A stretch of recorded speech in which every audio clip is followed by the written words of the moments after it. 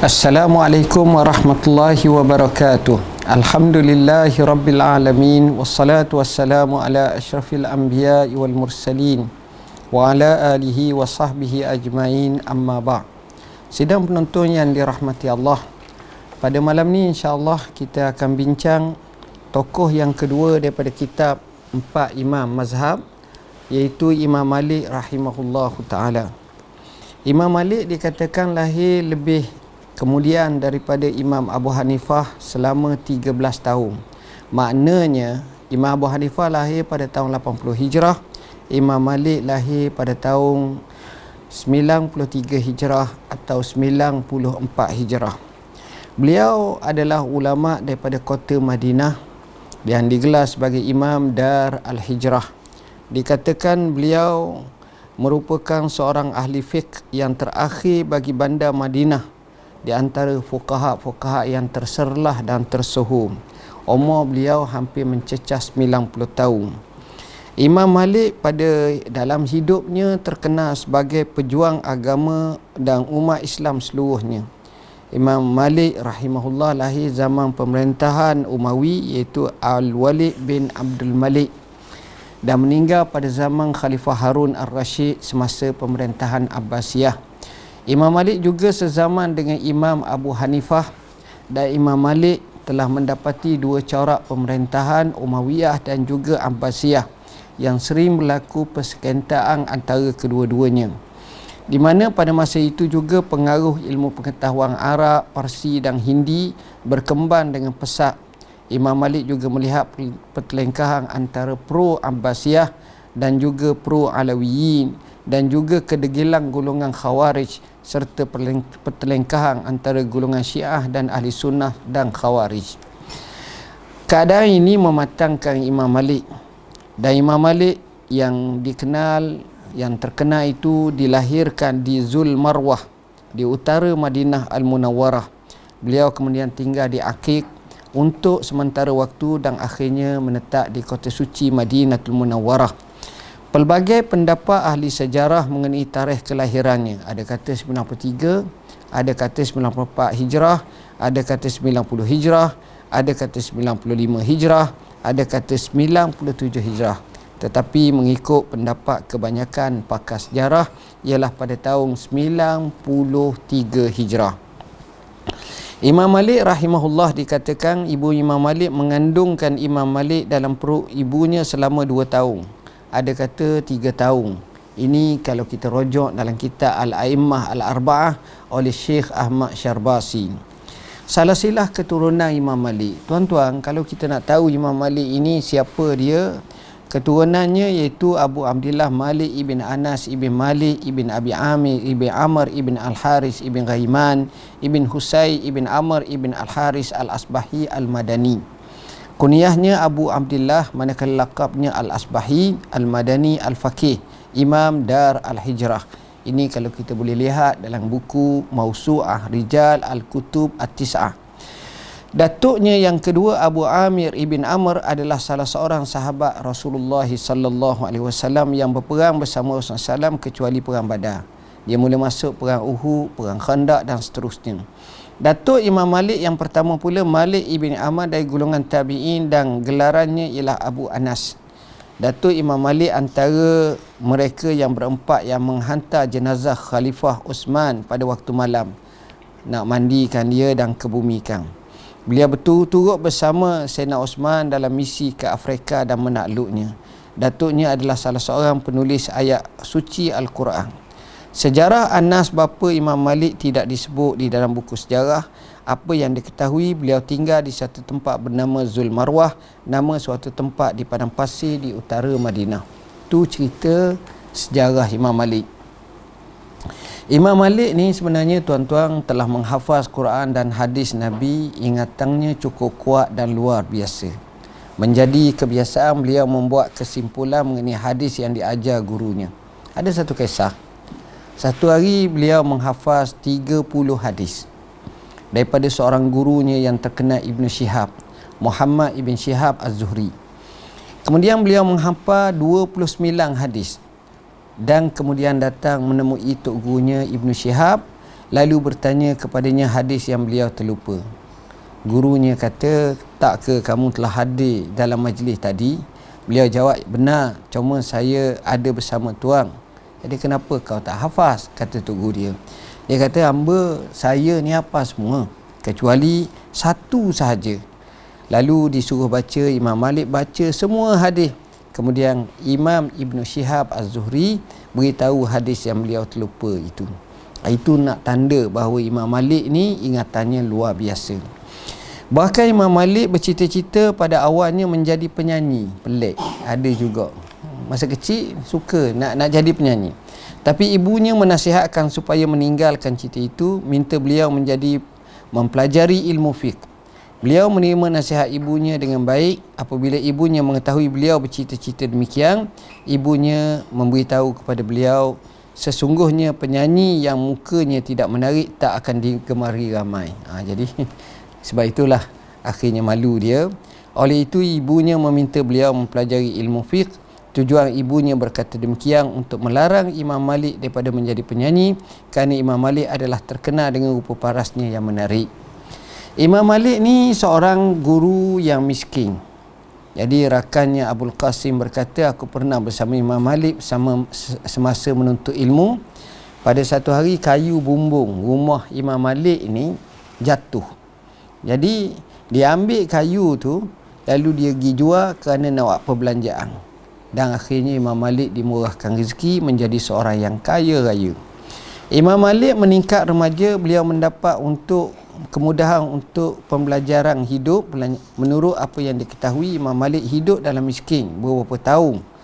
Sebagai buktinya, anak perempuannya selalu menangis kelaparan kerana kemiskinan, dan berkat kesungguhan akhirnya beliau menjadi orang yang kaya raya.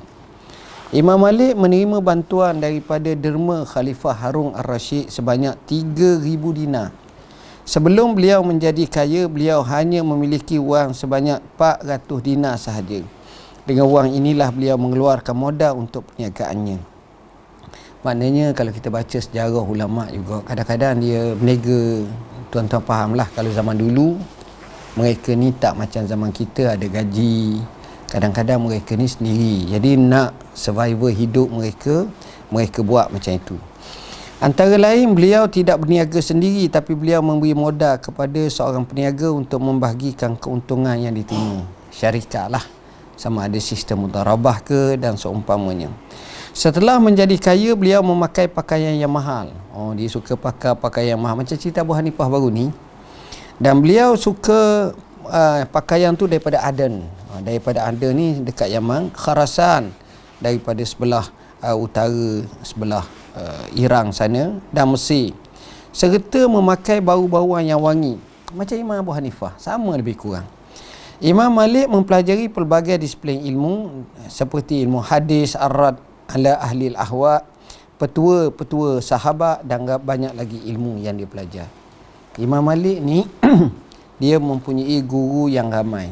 Sebab itu kalau kita tengok Imam Abu Hanifah menceritakan tok guru Imam Malik, Imam Abu Hanifah 4,000 orang. Imam Malik ni mengikut dalam kitab Tahzib Asma' wal Lugha menyatakan Imam Malik telah belajar dengan 900 orang syekh. 300 daripadanya tabi'in, 600 daripadanya tabi'in. Mereka semua adalah orang yang terpilih dan dipercayai dan siqah dalam agama dan hukum. Beliau mendengar hadis daripada Nafi' dan Zuhri. Beliau juga meriwayatkan hadis daripada Amir ibn Abdullah, ibn Az-Zubair ibn Al-Awwam, dan Salim Abu Nadhr. Imam Malik tak akan menerima mana-mana pembawa hadis yang tidak diketahui tentang asal-usulnya, sekalipun pembawa hadis itu dari orang yang baik dalam bidang hadis agama.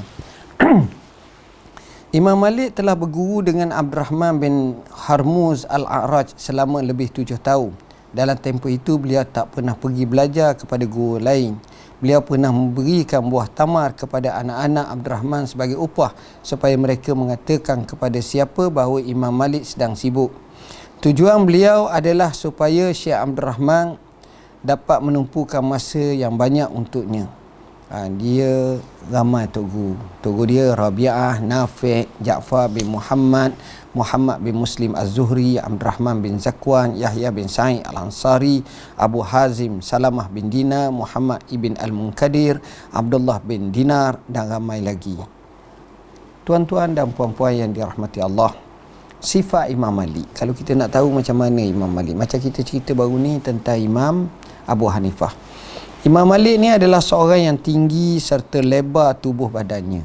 Betul dia. Warna kulitnya putih, dahinya luas, manakala hidungnya tinggi, mancung, serta menarik perhatian bagi mereka yang memandangnya. Antara perkara menarik tentang beliau ialah kegemarannya pada pakaian yang baik dan elok serta pakaian yang diperbuat daripada aden. Pakaian dia tu mahal-mahal. Dia tak macam saya lah, saya tak mahal, biasa je. Dia mahal ni. Beliau sangat mengambil berat tentang soal pemakaian. Ada juga jenis orang panggil, kalau bahasa kita kak, amat menjaga sungguh lah. Kalau kita kak lebih kurang cerewet, dia cerewet sangat lah, ibarat kak. Antara kegemarannya adalah memakai bau-bauan. Beliau tidak suka mencukur misai, bahkan beliau mencela perbuatan tersebut serta beliau memandang perbuatan itu tidak baik. Sementara makanan Imam Malik pula daripada barangan yang baik. Kalau buah-buahan, hak mahal-mahal, hak baik-baik, hak segar-segar. Tiap-tiap hari beliau berpeluang memakan daging. Zaman tu kalau boleh makan daging, hebatlah. Baik. Beliau sangat menggemari pisang kerana katanya pisang adalah buah-buahan daripada syurga.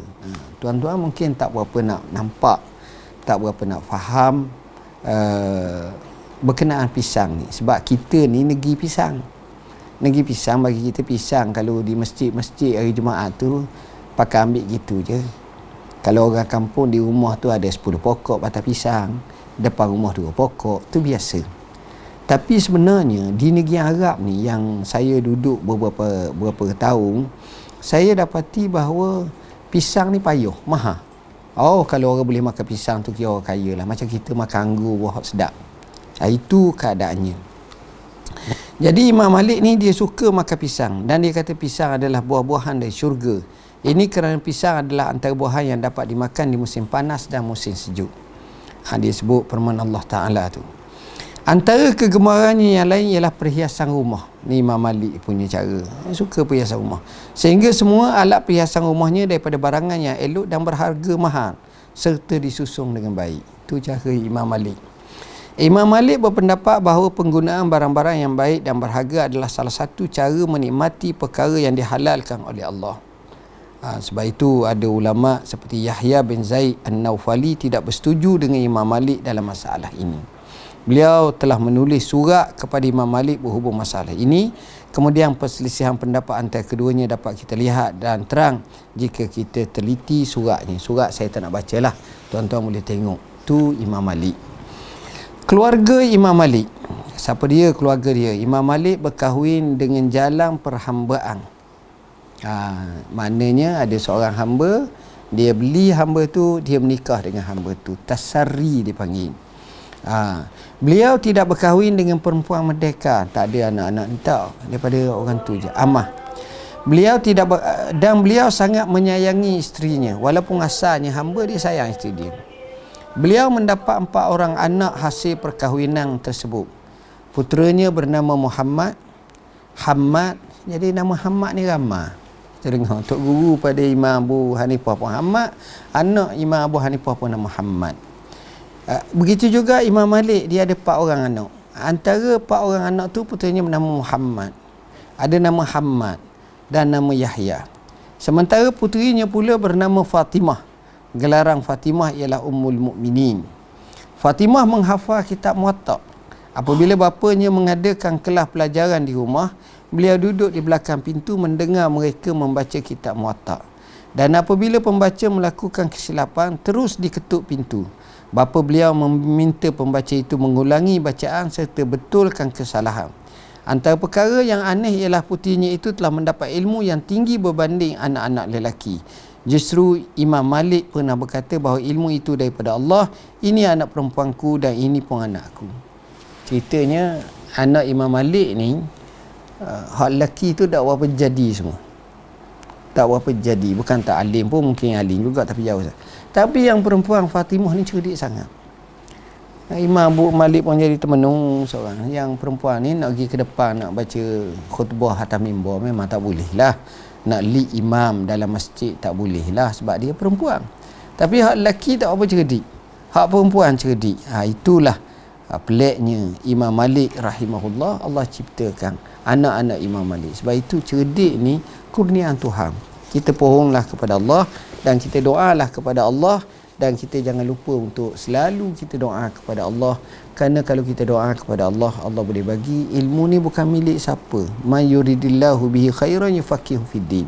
Siapa yang Allah nak beri baik, maka Allah fakihkan dalam agama. Ia tak kira dah lelaki ke, perempuan ke, tua ke, muda ke, Allah boleh bagi semua sekali. Itulah. Dengan sebab itu, doalah untuk anak-anak kita supaya mereka alim, mereka cerdik, mereka faham, mereka boleh reti dalam ilmu agama. Tuan-tuan dan puan-puan yang dirahmati Allah, saya nak baca sikit macam mana kelebihan Imam Malik ni. Sufyan bin Uyainah berkata Imam Malik ini adalah imam dalam bidang hadis. Suhu sangat dalam bidang hadis. Yahya bin Sa'id berkata Imam Malik adalah Amirul Mukminin dalam hadis. Amirul Mukminin ini maknanya pangkat tertinggi dalam ilmu hadis. Al-Imam An-Nasa'i berkata tiada ulama selepas tabi'in yang lebih cerdas daripada Imam Malik. Tiada yang lebih mulia, siqah dan lebih terpercaya hadisnya daripadanya. Beliau yang paling sedikit memiliki riwayat daripada du'afa, yakni perawi yang lemah. Ini kelebihan Imam Malik. Muhammad ibn Abdullah ibn Abdul Hakam berkata apabila Imam Malik mengeluarkan pendapatnya dan orang lain tidak, maka pendapatnya menjadi hujah. Imam Malik ni. Abdul Rahman ibn Al-Mahdi berkata tak ada atas dunia ini orang yang lebih terselamat tentang hadis-hadis Rasulullah SAW melainkan Imam Malik.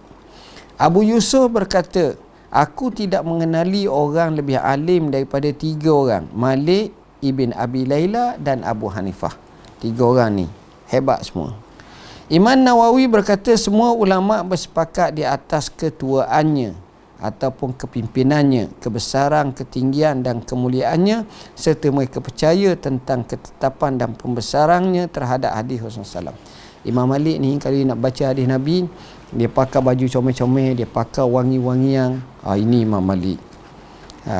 Banyak Imam Malik ni lebih. Imam Syafi'i kata, Imam Syafi'i ni dia murid kepada Imam Malik. Dia temu Imam Malik, dia belajar dengan Imam Malik. Dia kata apa? Malik adalah guruku, daripadanya aku mengambil ilmu dan dia menjadi hujah antaraku dan Allah. Kalau orang tanya macam mana menghujah, aku kata Imam Malik. Kenapa? Kafa bimalikin hujjati yaumal qiyamah. Tiada seorang pun yang lebih beramal ke atasku daripada Malik. Apabila disebut ulama, maka Malik adalah bintang yang paling bercahaya. Seorang bertanya kepada Imam Syafi'i, apakah tuan menemui seorang yang alim seperti Imam Malik? Imam Syafi'i jawab, aku mendengar dari orang yang lebih tua dan lebih berilmu daripada aku. Mereka menyatakan bahawa kami tidak menemui orang alim seperti Malik.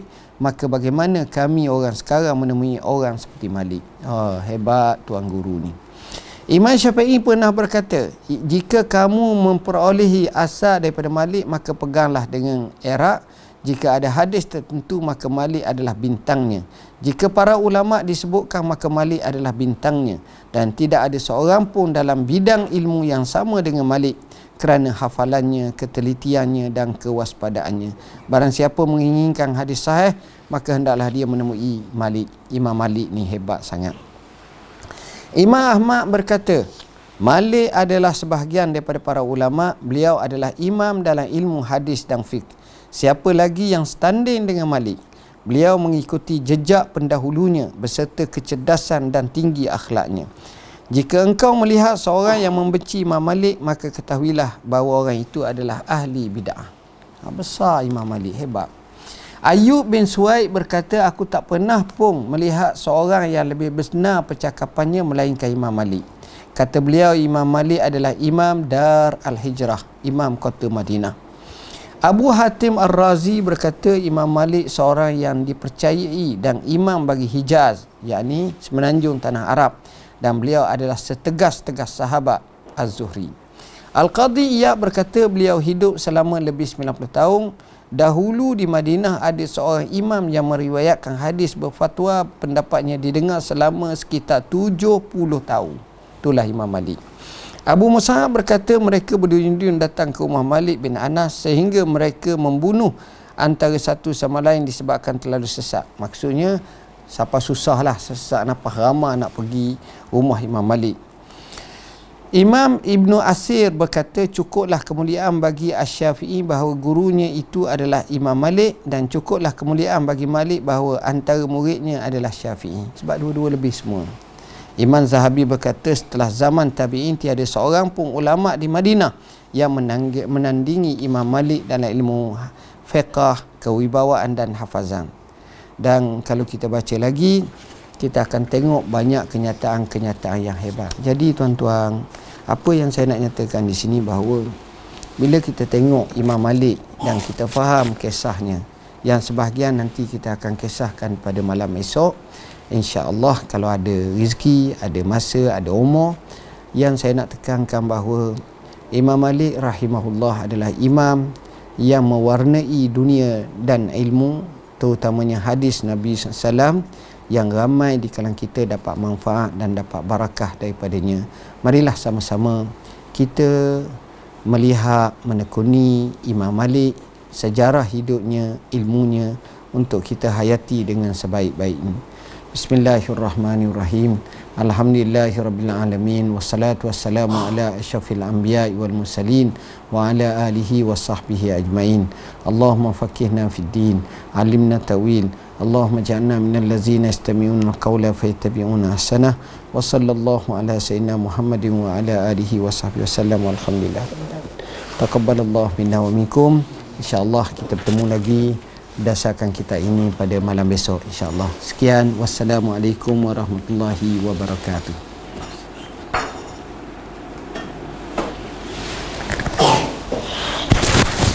Malam ni berapa? 2,000. Ha? Sekali dengan YouTube dekat 2,000. Okey dah.